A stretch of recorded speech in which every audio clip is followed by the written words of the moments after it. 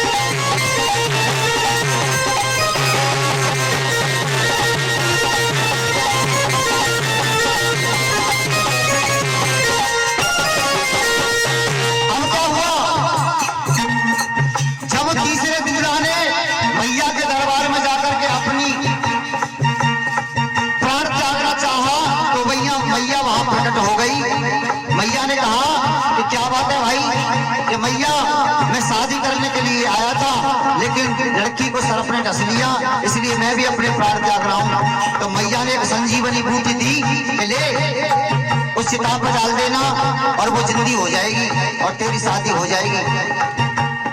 क्या हुआ?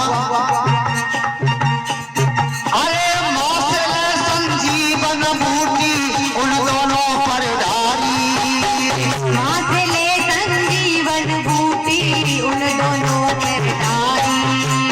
वो दोनों कौन? एक तो वो लड़की और एक वो दूल्हा जो कूद पर से कूदा था।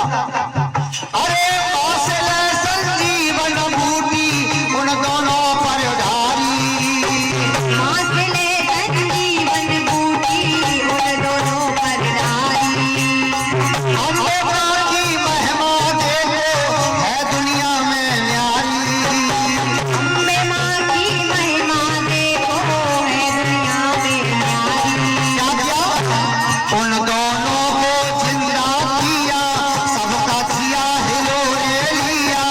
आज और है वो कैसे जग बदली तीनों ओर है, वो कैसे जग जय हो।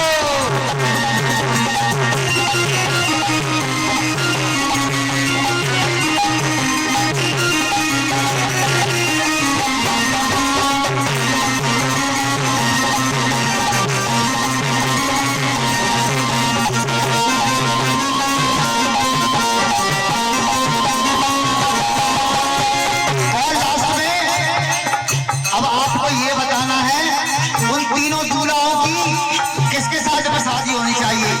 जिसने मैया को प्रकट किया था उसके साथ में, या उन दोनों को जिंदा किया था उसके साथ में, या उसने कहा था कि मैं खाना पीना नहीं खाऊंगा उसके साथ में? किसकी शादी होनी चाहिए? तीसरे के साथ। क्या किया था उसने? नहीं तीसरी की शादी में नहीं। मैं बताऊं, वे दोनों जिंदे करेंगे। हाँ, सबसे बड़ा काम तो उसने किया था जिसने जिंदा किया था। लेकिन वहाँ पंचायत बुलाई गई क्योंकि गांव में पार्टी बंदी होती है। ताऊ को दूल्हा के संग में कोई पार्टी है गई, किसी दूल्हा के साथ में कोई पार्टी है गई, जो धींगरा पड़ो बांध के भैया हमारा दूल्हा जो हमारे संग आया है इसके साथ में शादी होगी। एक सरपंच जी बुलाए गए, उन्होंने कहा भाई किसी के साथ में शादी नहीं होगी, हम बताएंगे उसके साथ में होगी। जिस दूल्हा ने मैया को प्रकट किया था वो दोबारा तो मैया को प्रकट करेगा, तो मैया ही बतावे कि शादी कौन के साथ में होगी। तो दूल्हा से कहा कि तू भाई दोबारा से मैया को प्रकट कर। तो दूल्हा ने हाथ जोड़ करके कहा कि हे मैया, तूने मेरी एक बार लाज बचाई है, लेकिन दोबारा से तू मेरी लाज बचा ले जिससे मेरी शादी हो जाएगी। बात सुनी मैया ने तो मैया प्रकट हो गई। जोरदार तालियां बजाओ जब जब मैया वहां पर आई तो सबने कहा कि मैया ये तीन दूल्हा है एक लड़की है, आप बताओ शादी किसके साथ में होनी चाहिए? तो मैया ने कहा सुनो मैं बता दूंगी लेकिन तुम्हें मेरा फैसला मानना पड़ेगा। सब बोले मैया जैसा तू कहेगी हम वैसा ही करेंगे। तो मैया ने क्या फैसला सुनाया?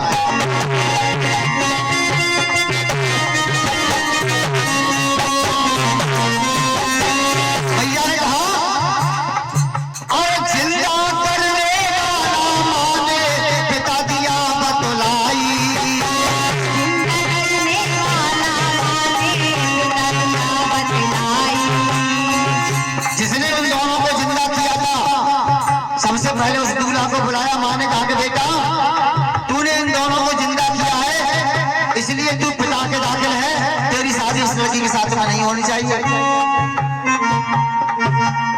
दूल्हा बोला भैया ये तो गलत बात है, अरे मैंने इतना बड़ा काम किया है कि सुन बेटा जो जिंदा करता है या पैदा करता है वो बेटा के दाखिल पिता के दाखिल होता है, तेरी शादी इससे नहीं होगा। उसने कहा अरे जिंदा करने वाला माने पिता दिया बतलाई, जिंदा करने वाला माने पिता दिया बतलाई। और जो संग निकल कर आया चिता से ये है तेरा भाई, संग निकल कर आया चिता से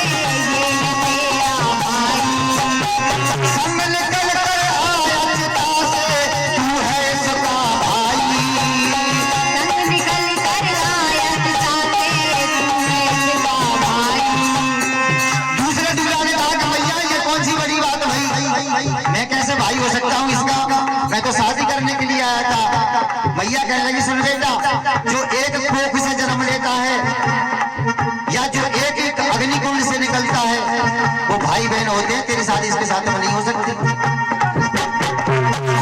जिंदा करने वाला माने पिता दिया बतलाई, जिंदा करने वाला माने पिता दिया बतलाई, संग निकल कर आया चिता से तू है सगा भाई, निकल कर आया पिता से तू है सगा भाई। जिसने भोजन ही तज डाला वही उसका बना घरवाला, जिसने भोजन ही तज डाला उसका वही बना घरवाला। साथी और है वो कैसे जग बदलेगी तीन ओर है, वो कैसे जग बदलेगी तीन ओर है, वो कैसे जग बदलेगी तीन ओर। देखिए हमारे घरों के अंदर जब कोई शादी त्योहार होता है तो 5 भेंट गाई जाती हैं। वो 5 भेंट कौन सी मैया की हैं? कौन सी मैया सबसे बड़ी है जिसकी हम भेंट गाते हैं? या सबसे बड़ी मैया कौन है? क्या आ गई? पहली गर्भ में पांव पसारे, एक मिनट हो, पहली गर्भ में पांव पसारे, पहली गर्भ में पांव पसारे,